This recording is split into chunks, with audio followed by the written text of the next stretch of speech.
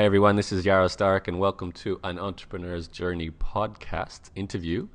I have a very special guest on the line today. This is special for me mainly because I've been involved with this particular entrepreneur, blogger, for on and off for quite a while, and seen this story go from the start to where it is today. So I think it's going to be a really great story for you guys to learn a lot from and be inspired by.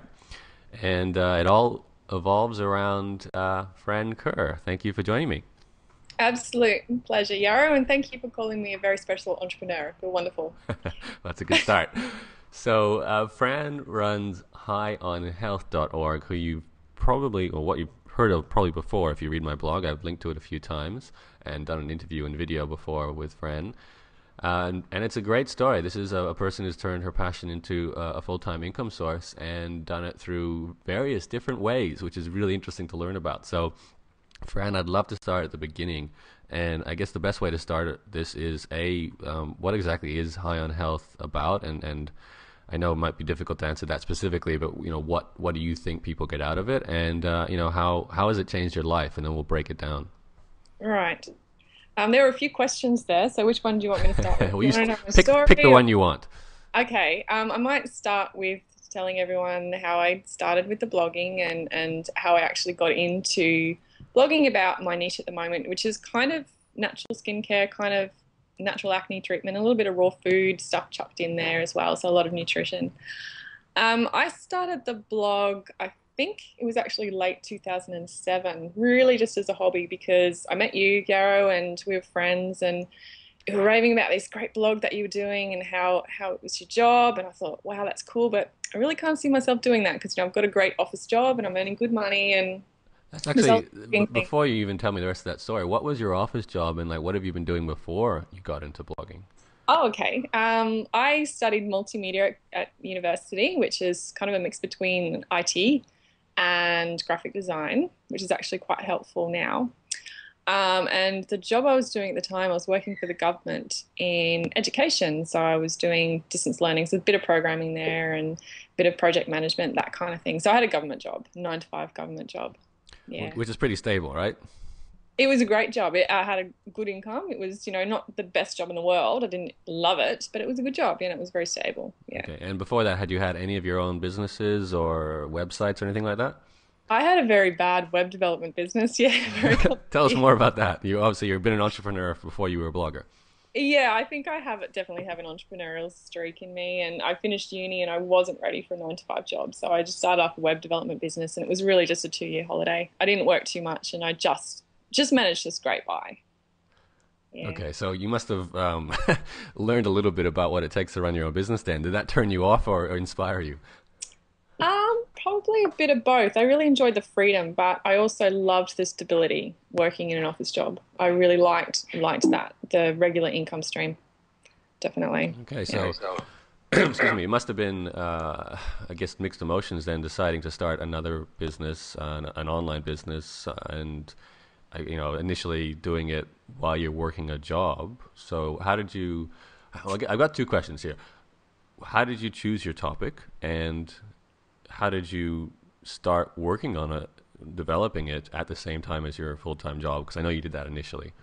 Yeah, well, to be honest, I did not believe you at all that I would be able to make an income from a blog. When you were telling me I should just start a blog on whatever I wanted, I was like, yeah, sure, and I might just give this a go as a hobby, more because it just looks like fun, not for any reason at all. That if I knew I'd be sitting here now knowing that I'm making a good income from blogging, I would not have believed it at all.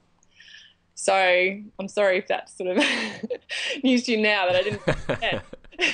No, I'm glad we smashed that belief. Yeah, So hopefully we can smash it for some other people listening too. yeah.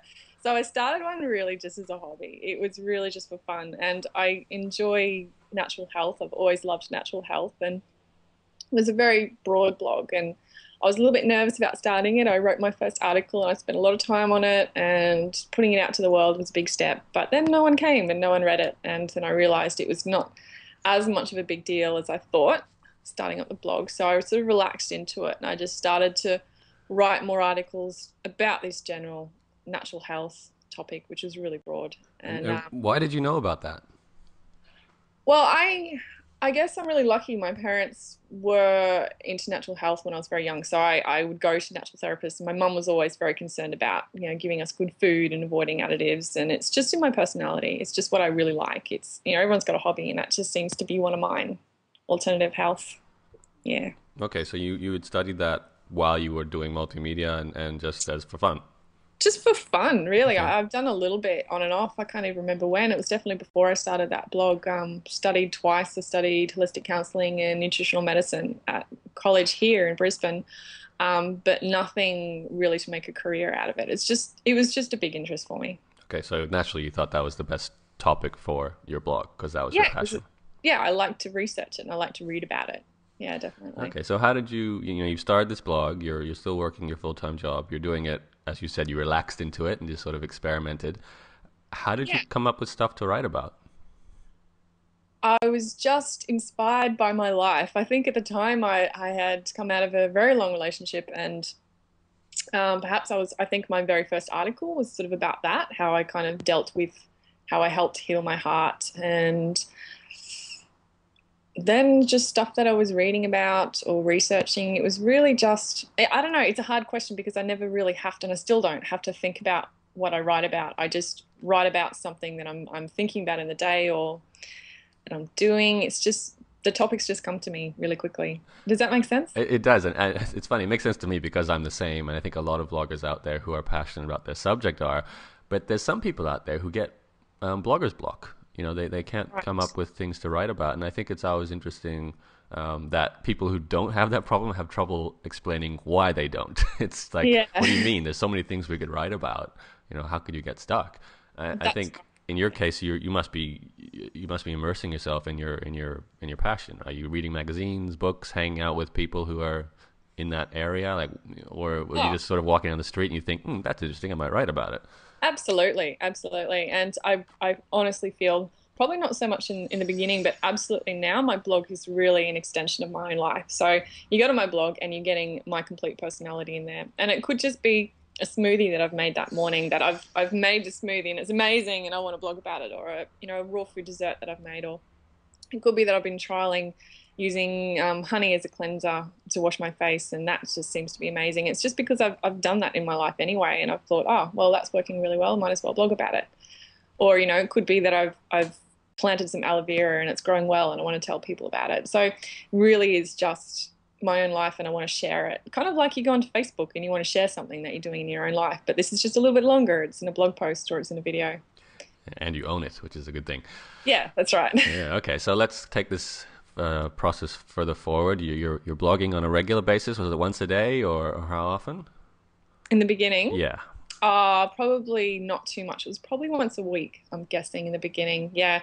As I said, people weren't really coming, and it was kind of really just a hobby and sort of to test it out, to see what you were going on about, that it was, this life was so great and this blogging was so great. And yeah, just probably once a week. And then I developed really, really bad skin, really bad acne out of nowhere. And I got extremely distressed about it. And I guess the blog kind of turned into a bit of a journal for me, a bit of a healing journal. And I started to blog about what I was trying to do to fix it, and also the emotional side of it as well, and how I was dealing with it. And I started to write blog posts a lot more regularly then, probably every 2 or 3 days, which is what I've maintained ever since. And that's when people started to come. Now that's a good, interesting topic because I know when we sort of discussed the early days of your blogging, you weren't sure why people would come to your blog, and I think I must have said this, and I keep saying it. You've got to write blogs around problems, and initially your blog might have been a little bit generic, and I probably would have said you really should try and find a specific niche that's more drilled down. Uh, was it, I guess, coincidence that acne kind of hit you at that time, and that happens to be a problem that a lot of people suffer from? And do you think that, I guess, made a difference to the type of audience you attracted and how your audience grew? Oh, absolutely. And I guess it was kind of a blessing in disguise getting that acne condition, because I think I would have really struggled with the how big the topic of natural health actually was, and trying to sort of cover everything and cover it really in depth, because I was just scraping the surface with everything in there. But when I did get the acne condition and started writing about it, I could really explore all aspects of it and everything and really get right in there and try to find solutions. And I think that's what people really enjoyed, reading something where it was kind of like a one-stop shop where they could get all the information that I was researching and doing. So they didn't have to actually go and research themselves. They could actually just come to my blog. Yeah. And how did the traffic growth go? Like, a lot of people say it's very slow to start with. And how was your blog's growth rate? It's difficult to remember because it's been a while now. Yeah, when was this? 2007 we This is started, right? So, 2007. I just sort of got serious into blogging in the beginning of 2008. So it might have been halfway through 2007 that kind of the blog hobby started, uh-huh. and then the serious blog started beginning 2008. What is it now? It's mid 2010. I'm now averaging 3,000 unique visitors a day. I remember getting to 500 took a long time. It was really difficult to get there, but 500 to 3,000 was really fast. Definitely. Yeah, Yeah. that's a common story, isn't it? The growth is really terribly slow to begin with, and then it sort of hits a tipping point, and off you go. Yeah, yeah. When did you start trying to make money from it?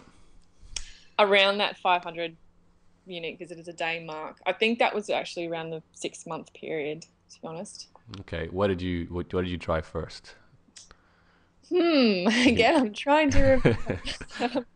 I think the first thing I actually did, to be honest, and this might have been a little bit before the 6 month mark, was to put Google AdSense on. And I think this was after a conversation with you and about it. And I was like, oh, look, I'm doing this. I'm not making any money from it. And you're saying, look, it's probably a little bit early. Just put Google AdSense on just because you might make a little bit of money from it. So I did. And I think after a couple of days, I might have made $1. Score. But I was really happy to make that dollar. I was so happy and I was excited to see that I actually had made some money from it, even if it was just $1 or $2. It was nice just to see it, just to see that. And I just sat with that for a while. And I have to say, Garrow, it was really, really hard. And this, we've talked a lot about it. You even had conversations with me at the time where after 6 months, I was a terrible mess about this whole blogging thing. I felt like I was putting in so much work. I think at one stage I was working 6 days a week on it and putting lots of hours in all of those 6 days, and I hadn't really monetized it yet. I just had that AdSense on there, which was making obviously more than $1 a day by then, but not too much more. And I was terribly frustrated, and I was crying, and I was thinking, I'm so sick of doing this where I'm not making any money and working so hard. I gave up a really great office job for this, and I'm helping people every day. I'm getting a dozen questions in my inbox every morning that I check my email, and I felt really down about it, and I felt like I was unappreciated for the amount of work that I was doing, not making any money from it. So then, after, it was interesting how it all crashed then and there, and I could have given it up. It was a real turning point. I either stuck with it or I gave it up. And I have to be so thankful to you for making me stick with it and saying, no, you absolutely have to stick with it. You put all this work in, because it was so quick from after that crashing time that I actually started to monetize, that I started to make money, and then it really accelerated. And now I know it's kind of like I'm sitting on a gold mine, really. It just depends on how much work I put into it and how much I create and how much new things that I sell or want to sell. Does that make sense? Yeah, it does. I'm curious to say, when you say you crashed, was this emotional, or did the actual blog crash, or what do you? No, the blog didn't crash. It was emotional. It was completely emotional, yeah. And I'm wondering if everyone kind of goes through this. And it was just a moment of complete frustration and I'm sure it's not just blogging. I'm sure it's all businesses as well. You really need to put in that initial work to sort of build it before you can really start profiting from it. Although the great thing about blogging is you don't need to put much money in it to begin with, really. Yeah, it was interesting how it was a real turning point for me, that emotional crash, just the frustration of not earning money from putting all that work in. Yeah. Yeah, that's the interesting point there, and I'm noticing this from some other people too. Is the amount you're putting out there, and you're also, in your case, you were getting asked a lot of questions. You were getting people emailing you expecting free advice, and you were Oh, yeah. going, Yeah. I'm happy to help you, but at some point this has to be my bread and butter. So you, like you Exactly. said, feeling underappreciated. So it's almost like the money, while it's also a tool to live off, it's a tool to reinforce your self-esteem about what you're doing as well, right? So Absolutely, definitely. Yeah. I remember in the beginning, I was getting, when I got my first big email from someone wanting my help about their skin. And in the beginning, I was like, yeah, this is great. Someone trusts me so much. They want my advice. And I'd write them a massive email back. And that went on for, a few weeks. And after that, I was like, whoa, I'm getting several emails every day like this from people sending me massive essays of their life story and questions about them. And they really trust me a lot with my advice. And yeah, it just got really overwhelming at one stage. Yeah. okay, so you made it through the crash, and I guess it's an emotional roller coaster ride for everyone. So you sort of managed to ride the roller coaster and kept going. I would really like to say again, how important it is that people do actually stick with it because honestly, if you weren't there, I would not have. I definitely would not have. And it's if people don't have that kind of understanding from someone or that sort of support, I don't know if they would because I wouldn't have. And I am so grateful that I actually did stick with it. So it's a really, really important point right there. All right, everyone get a mentor. That's the tip there. Yeah. um, I'm actually before we continue the story, I just want to briefly touch on, I guess, more of a practical element with this. You had been blogging for a long time, and you were doing this all by yourself, technically, right? You set up the blog, you did Yeah. everything, right? Yeah. Well, it helped actually having that multimedia background. And I realize now with friends of mine, I have a few friends that are wanting to start their blogs now, and I can see that they're really struggling with that. Not really struggling, but I can set up a blog, but just the little design changes. Yep. I was really lucky that I was able to actually do that myself. Yeah, definitely an advantage to have the tech aspect handled. Obviously, for other people, going out there and getting someone to help with that, I didn't have that advantage, to be honest. Like, I've seen the changes you made to your blog, and I couldn't do some of the things you did. So Yeah. yeah, like even for example, your graphic in the top of your blog at highonhealth.org, I couldn't probably do the photo and with it like that. So Ah, that was yeah. easy. Okay, so let's keep going with the story. What was, I guess, the turning point? Like, how did you keep moving, and what encouraged you to continue? Um, Besides me. yeah, well, besides you forcing me, Yeah. you have to stick with it. I think the first thing I probably started to sell was my ebook, and I released that. I did a little, very, very small, minor launch, nothing big, and it sold very, very slowly in the beginning. I wasn't selling one every day, Okay. but every time I made a sale, I was happy, All right. and I'm that. curious though. This ebook. How'd you write it? Oh, I had a lot of fun actually writing that ebook. I spent a lot of time sitting in cafes writing about. It was really just my own experiences of how I cleared my own skin through diet. Okay, so it's a guide to getting rid of acne through diet. Yeah, Yep. yeah, And I know these are basic questions, but it's just a document you typed up and converted into a PDF. yeah, yeah. Absolutely, it's easy as that. Yeah, I started to write this massive ebook about how to clear acne with using all the different holistic steps, and it got to 21,000 words, and I wasn't even halfway done. I thought this is just turning into a massive reference book. It's just too big.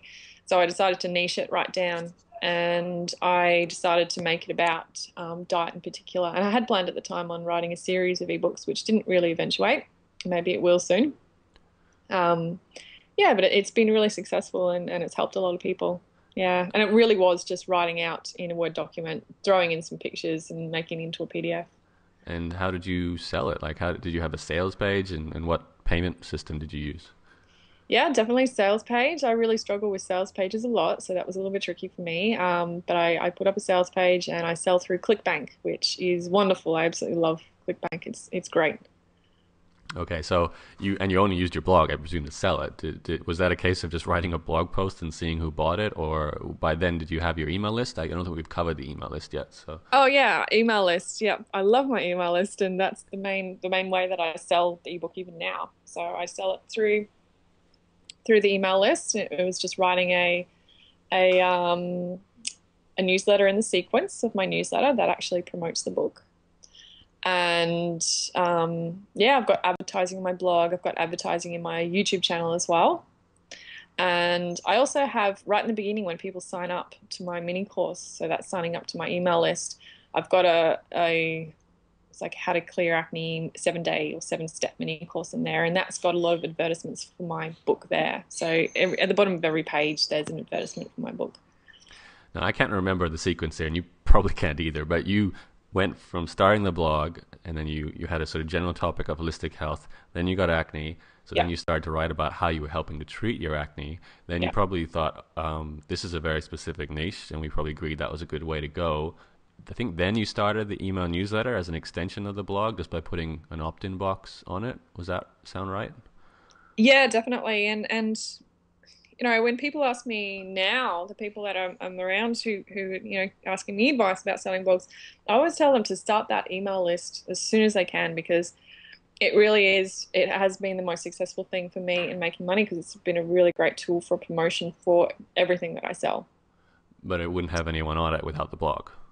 Exactly. Yeah. You need to provide free content. You need to provide free content of value to actually have people want to hear from you. Definitely. They have to go together. Yeah. Okay, so you did the steps well. You started a blog, great free content, then started an email list, put a sequence of emails into it about helping people deal with their acne.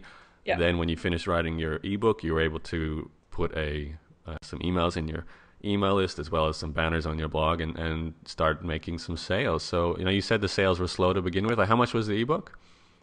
The ebook sells for 27 US dollars. And I think I get about 23 or 25 of that through ClickBank. Yeah. And nowadays you sell how many? At least one a day. Yeah, as a minimum. Yeah. Okay, so that's awesome. So that's already, and that's been for how long now? You've been selling one a day?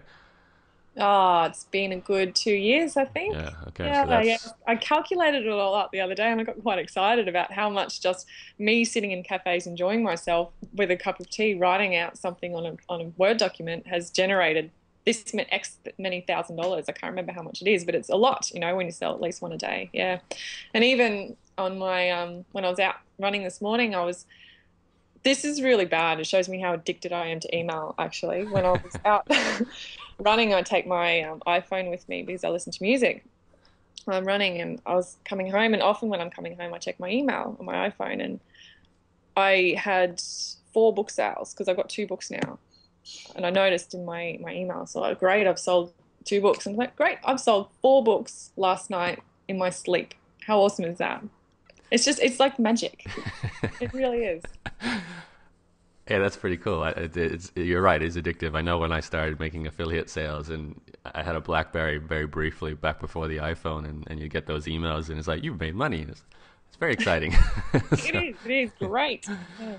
okay, now you mentioned before, and this is I think really important to talk about YouTube. So I think this is something I didn't really teach you to do because I don't make heavy use of YouTube, but you do. So tell me, what's the deal with that? Oh, I was so proud of myself that I actually taught you something, Yari. YouTube thing, and inspired Gideon. Um, yeah, YouTube is really, really wonderful, and it really came out of my extreme laziness. I started. It was a really random way that I actually got into doing YouTube. I was intending on actually selling stuff through eBay, and I did a whole big eBay course and really wanted to take it seriously, and actually recorded a video to put on my about page. I think there's some kind of about me page in eBay. And at the time I thought, wow, that was kind of fun and really easy. I might just have a go at recording a blog post by video. So I recorded one, and I enjoyed the process, and my readers or my audience really loved it as well. And I enjoyed that extra feedback I got in YouTube, because there seemed to me in the beginning stages of my blog, and this is right in the beginning of my blog as well, it might have been within the first 6 months, like probably just in the beginning stages of when I started to take my blog seriously. I really enjoyed that extra traffic from YouTube, and responding to comments in YouTube as well was really good for me in the beginning. It was kind of like there weren't that many people coming to my blog, but there were lots of people watching my videos in YouTube, so it made it more worthwhile. Okay, so you got that feedback that you weren't seeing so much in blog comments. Exactly. Mhm. Yeah, exactly. How do you initially record those videos? How did you make them? I had a really terrible webcam on my old PC notebook that did the job. It was okay. It was, if you go back to some of my, I actually have some friends that have gone to some of my first YouTube videos and they've said I look like a completely different person and I do. And I think that's partially to do with the quality of the webcam and also I was probably very nervous in the beginning stages as well. Yeah. That's But a you good. can use anything at all really to record video. Well, what do you do today with recording video? Well, I've gone through many different steps. I went from that to I got a Mac, and actually the camera on a Mac is great. I've got a MacBook Pro, and it's really, really good, and the audio is not too bad either. So I spent a long time, probably a good year at least, recording videos from my MacBook. But now I'm following in Gideon's advice, and which I love. He's so good at doing video and so good at doing video online. And I've bought the Flip, and I've got the little audio device that I carry around with me, and I often go to parks and really enjoy it. And I set up my Flip camera and my little audio recorder, and yeah, I record video that way, and it's high definition, and the sound quality is excellent as well, and it does make a huge difference. Now, before you use video, you had no experience in front of a camera or talking or speaking on stage or anything, right? So, None at all. so No. how did you get the balls, to get over this fear of the fact that you're going to be basically be performing on a camera? Because you sort of sit down and talk to the audience, right? That's how you do it. Yeah, yeah. I'm telling you, it was laziness, and that was probably the biggest reason why I did it. I actually find it a lot of fun as well, and now I just love it. I really enjoy it. I thrive in front of the camera. I really do love being in front of the camera. But it did take me probably a good year of being sort of a little bit nervous and a little bit self-conscious about it before I actually got there. I don't think that's particularly normal. I think for people it's a lot faster before they get comfortable in front of a camera. But it definitely did take me that long, and I hate it how people can go and see some of my first videos because you can really tell. Some of them I look cranky, and I'm not cranky, I'm just nervous. Yeah, the angry videos really sell well, don't they? Oh, that's what I thought in the beginning, but no, people do appreciate a Yeah. happy smile face. Yeah, it's really important for me as well. I have to add that in, Yarrow, that because I do have a beauty blog and a skincare blog, it's really important that people actually do see me and they can see my skin and they can see when I talk about beauty that I do take care of myself and I do take care of my skin, and also because it's a health topic that I get a lot of comments from people that are saying I do look healthy and vibrant, and I think that goes a long way when they can actually see my picture, my moving picture. Yeah, credibility. Yeah, Okay. definitely. Okay, so you don't do just video though. I mean, I checked your blog yesterday, I think, and you had written a 3,000 word article, and I was like, wow, that's big. So unusual for me, Yeah. so unusual. And I have to say that when I go and do a video, it's really spending a lot of fun time in a park and then recording a video for 10 minutes. So it's very quick, and uploading it as well takes time, but I can set it to upload and then go and do the washing, or go and make dinner or whatever. But the article that I wrote that was 3,000 long, it's an article, so 3,000 words. It's an article that I really wanted to write about because it was a big topic that I feel very passionate about, which is rare for me to actually write. But I struggled with it because it took me about a week of researching and many hours of writing, which in comparison to doing the video is it took a lot more of my time. It took a lot more. And trust me, I tried to do a video about it first, but I had some freaky things happening with my camera trying to do that topic. My camera kept not working and the batteries kept going flat, and the article just wanted to be written. Fair enough. Can't argue with that. Okay, so your blog has become a combination of text and video content, and in terms of traffic, I'm assuming you get quite a good chunk from YouTube, quite a good chunk from search engines, and all of these people are making it onto your email list. Well, not all of them, but some of them are making it onto your email list and your RSS feed, and that's how the system works in developing an audience. Is that a good summary? Yeah, that's right. Yeah, the only marketing I really do is, well, no marketing because I just put the videos up. But I tried doing the whole writing and forums thing, and it wasn't me. I found it really boring.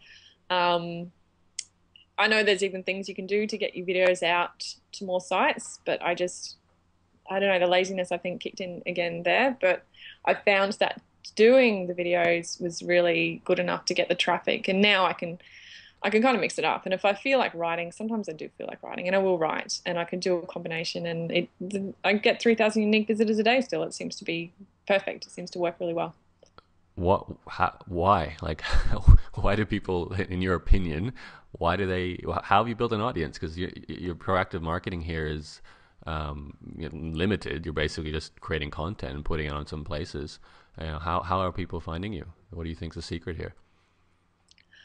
Oh, that's an interesting question because I probably don't know. Um, it must be YouTube. It really must be. And also just having the blog out there for a while. I think, to be honest, um, and I don't like talking about myself as if I'm so great because I think I'm just as good as everyone else is out there. Um, and everyone can do it, but it really does make a difference with your personality on the videos. So I never script or write a video. I'm just on there and it's my own real personality. And I think people really appreciate the me not having a mask on my videos and that I'm a genuine personality and they really resonate well with that. And that I do often make mistakes and I might say silly things that don't make sense or, I'm a real person and I think people really, yeah, they really resonate well with Hmm. it. Yeah. So you're probably getting a combination of traffic from Google and then traffic from YouTube, and that's it, really. That would be and of course your repeat visitors.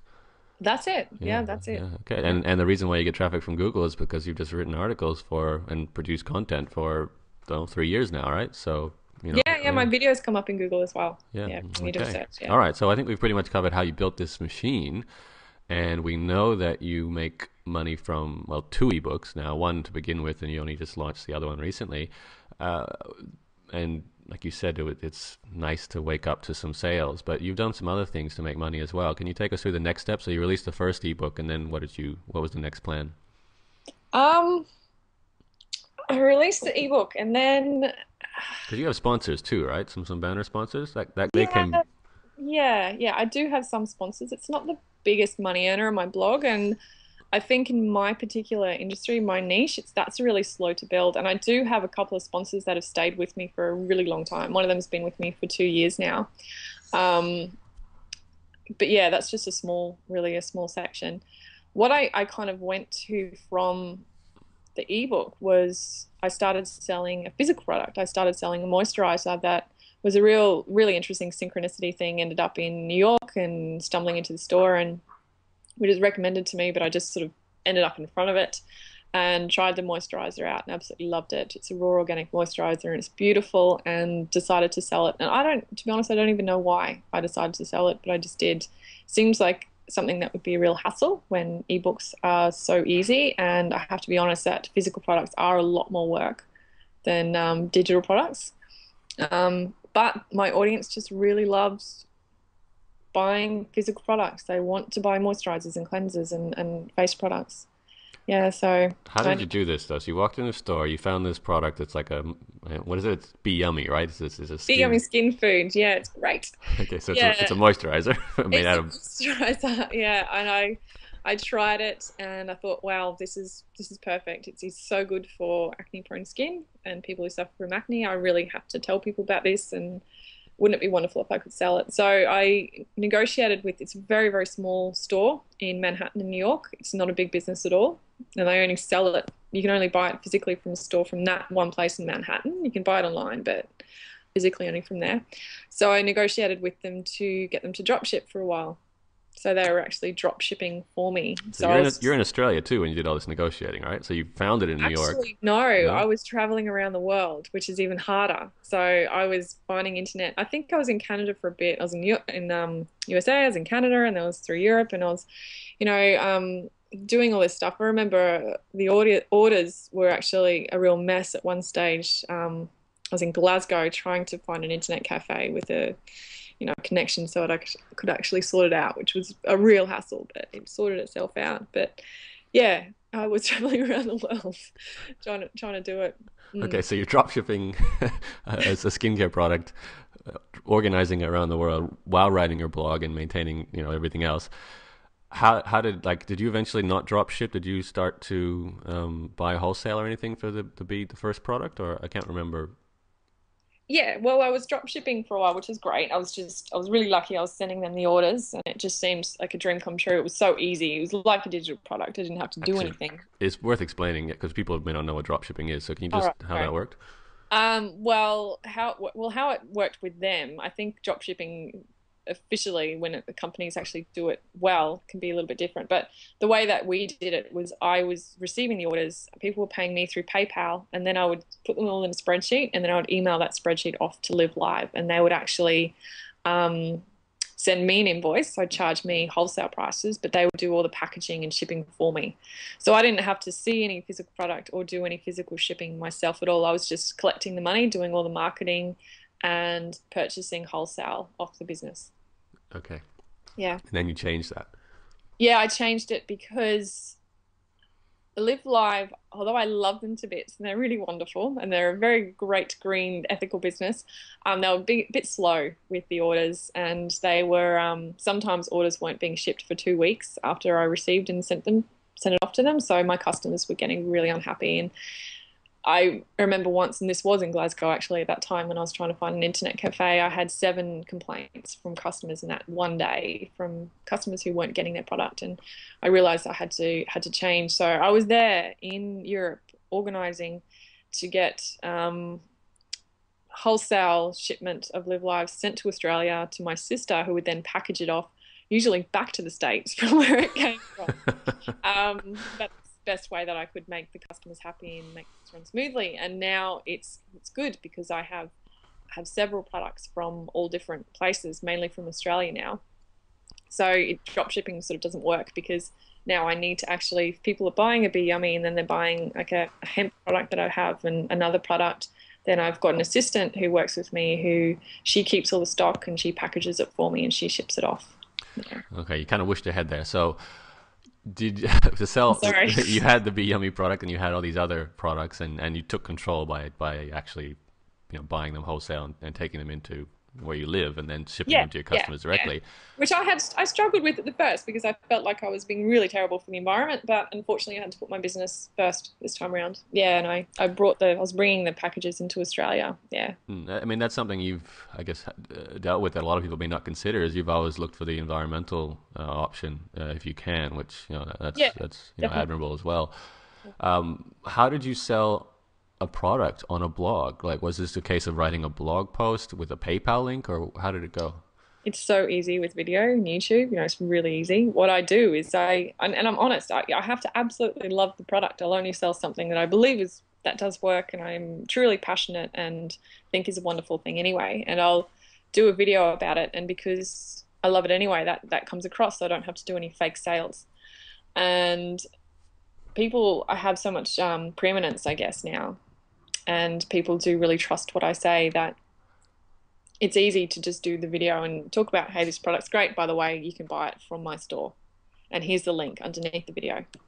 And you'll find that a lot of people will actually click on the link and then buy it. And how did you make a store? Right, my store, in the beginning, I had a plugin for WordPress, which was okay for a while. And it looked all right. It looked a little bit clunky, but it had so many problems, and I was very frustrated with it.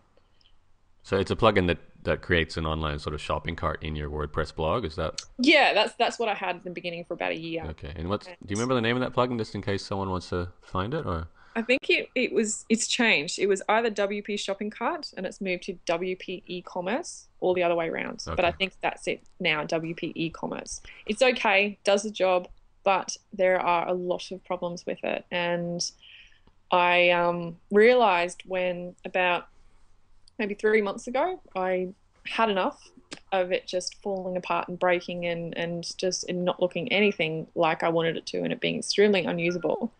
Um, I bought, it's kind of like you rent a shopping space hmm at Big Commerce, which you can actually go to my blog and take a look to see what it is. And I pay about 25 US dollars a month for that.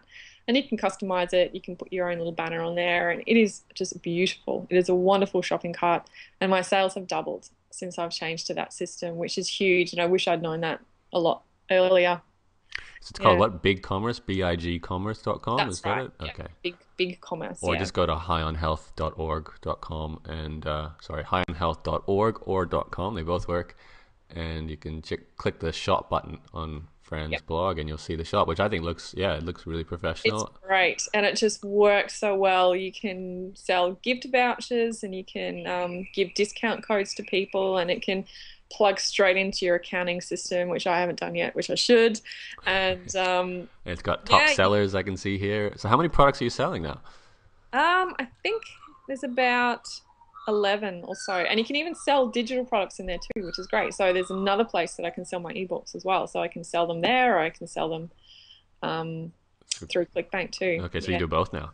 Yeah, and the great thing about big commerce selling digital products is you get all of it. So you sell for $13 and you get $13, or minus if you use PayPal as your payment system, then obviously they're going to take a small cut, but Mm. nowhere near as much as ClickBank does. So I make more profit from the ebook sales in that. So Yeah. you And direct people there now, I presume, to buy the ebooks, or no, I probably should do that next year. there's a tip.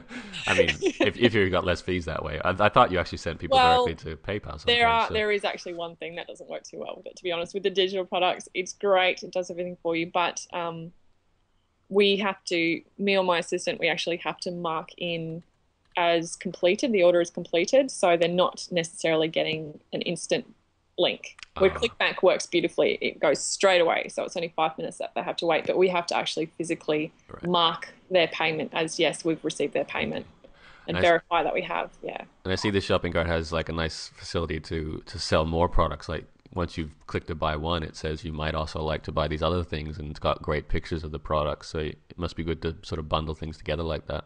It's great, isn't it? It's Yeah, really it's very awesome. cool. Yeah. So, I mean, this is different. I don't like you're the only sort of example I know of who's actually selling through a shopping cart of my students who started a blog, which is very cool. And how have you found running a shopping cart? Like, how did you get 11 products, and are these all things you buy at wholesale? And you do you have like a cupboard somewhere where you're stocking all this stuff and then you ship it out by hand, or how does this work? Yeah, well, I don't know. It's just as I said, it just works well for me. My customers really seem to want to buy physical products. They really like it. And while it is a hassle, it does earn good money for me, and it is definitely one of those pieces of the puzzle which is a good income earner. I've gone through a range of different products that I've sold, and I remember I think I spent a lot of the beginning of 2009 really having fun with trying out different products in the store. And at one stage, I was selling raw chocolate, which was a lot of fun. Although I found my housemates and I ate more than we sold, so I had to actually stop selling it. Um, really just takes up a in my house here before I got my assistant got an assistant, which is great now. But while I was actually doing the shipping myself, I have a linen cupboard in this house, and I could just fit everything in two shelves of a linen cupboard, and that was fine. The packaging boxes through the post office, they were like all the envelopes, they took up a lot more space, and all the bubble wrap, that kind of stuff. Yeah, it doesn't really take up too much. It's cool. It's like a little home business, like It is, and it was really fun for a year. I absolutely loved it. And the post office got to know me, and they thanked me for how much business I was giving Australia Post, which was really cool as well. But after a year or year and a half, it just got really boring, unfortunately. yeah. I had to go. I do. It's a very beautiful bird you have back there. What's that, sorry? There's a little bird that just keeps jumping on the interview and Sorry, contributing. I'm actually sitting out on my balcony. No, no, it's very, very authentic here. Yeah, yeah. But I had to with the posting actually physically package everything up, and even with international orders I had to fill out a form for everyone and go to the post office, and had to do that Monday to Friday every single week with no breaks. It was always stressful when I was going away, so it was really good when I decided to actually hire outsource and do that, someone to do that for me. And that's the Yeah. first time you brought someone on to help.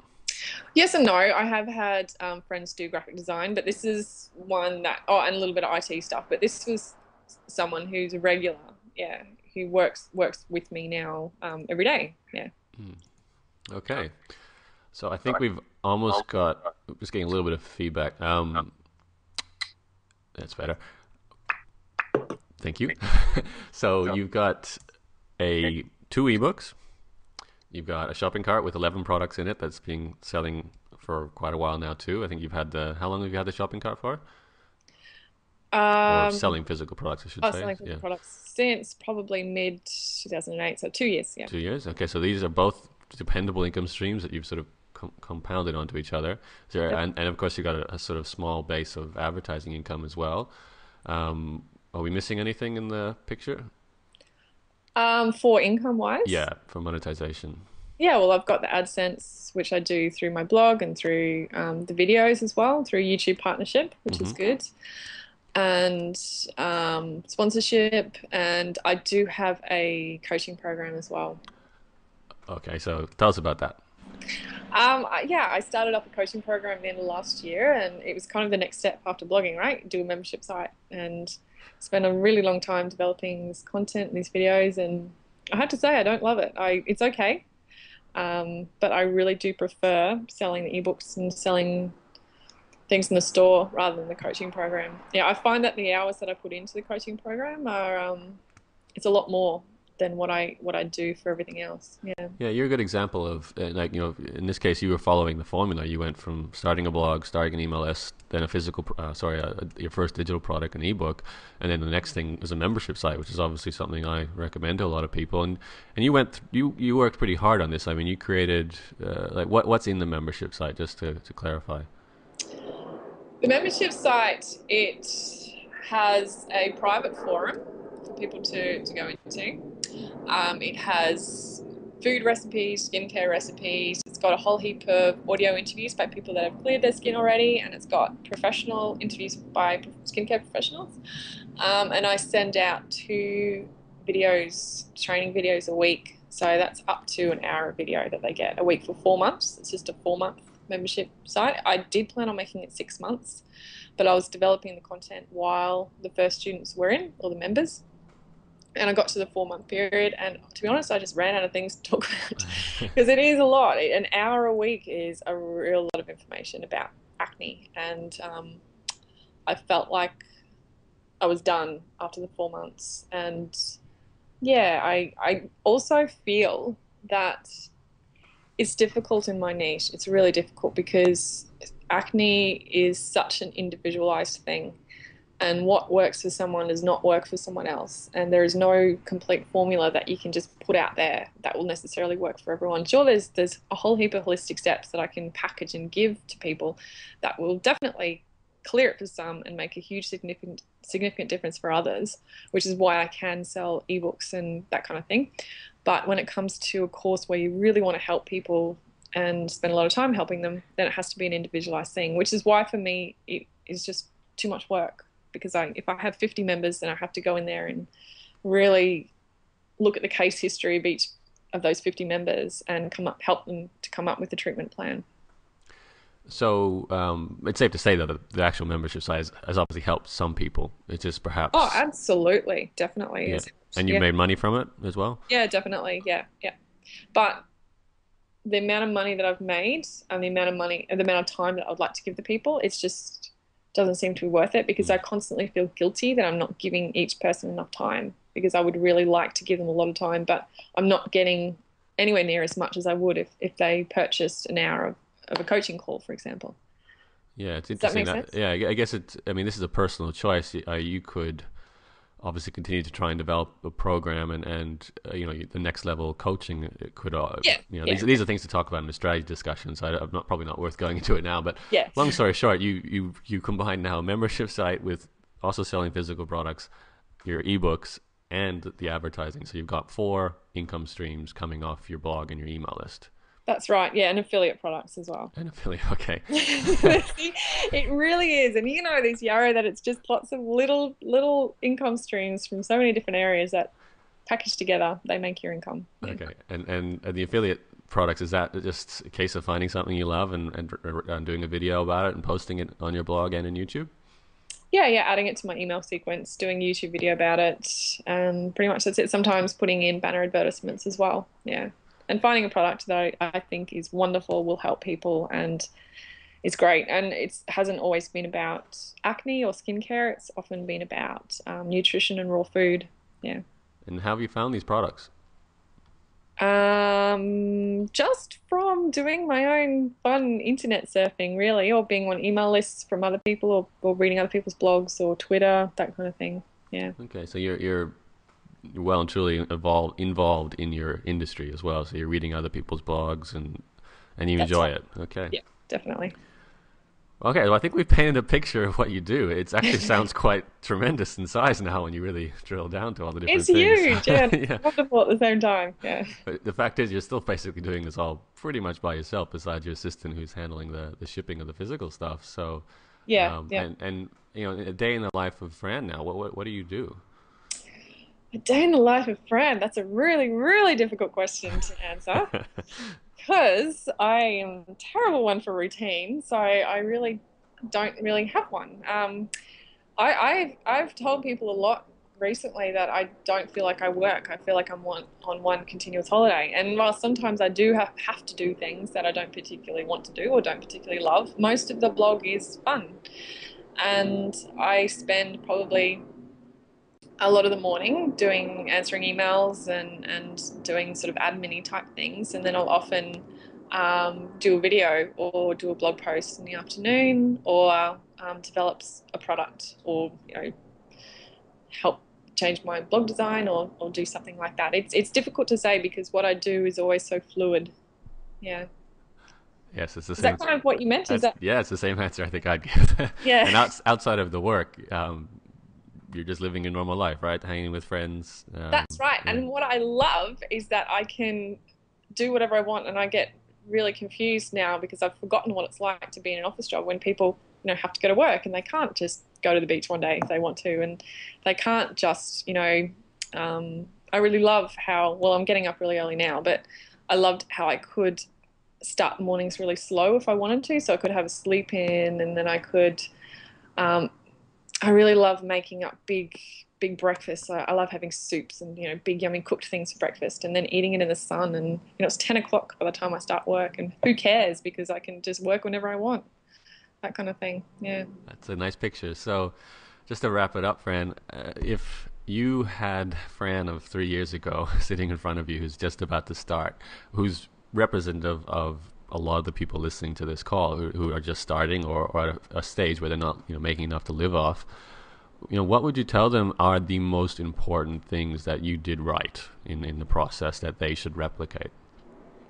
Right. Well, definitely persistence, I think, is the right thing, and discipline. So, and they sound like really horrible, boring words, but really they're not. It just means sticking to writing a blog post every 2 to 3 days. I think is very important. If you're leaving it for a week, or if you're leaving it for 2 weeks, then people are going to come to blog and they're going to not think that you're taking it very seriously or are that into it either. I think when people see that you're enjoying the process and loving what you're writing about, then that goes a long way, definitely.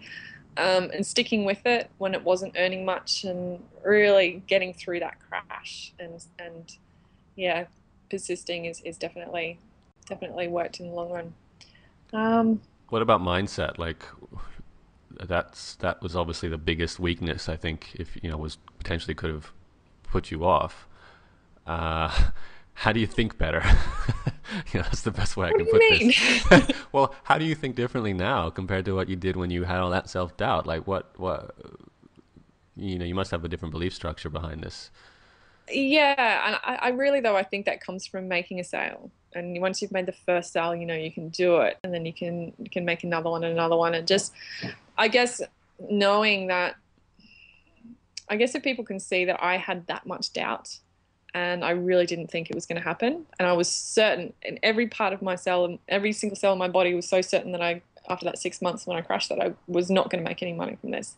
And now I can see endless possibilities, and now I can see I can just add this product and sell that affiliate product and do this and that, and I can keep making more money from it. So that's, I guess, a more positive mindset and a more open mind about the possibilities of it. Yeah, So it sounds like celebrating the little successes along the way is really important.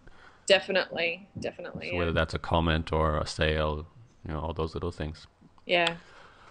All right, great, Fran. To find out more about you, highonhealth.org, highonhealth.org. Well done. Thank you. I was reading that off your Oh, off your well, website in front of me, and I mean, obviously that website's about you, but I guess for people who are interested in the same subjects as you, we're talking about things like, well, what acne treatment and what else will they find there? yeah, it's not so much about acne treatment anymore. There's an acne section in there where you can get everything that you ever need to clear acne naturally and holistically.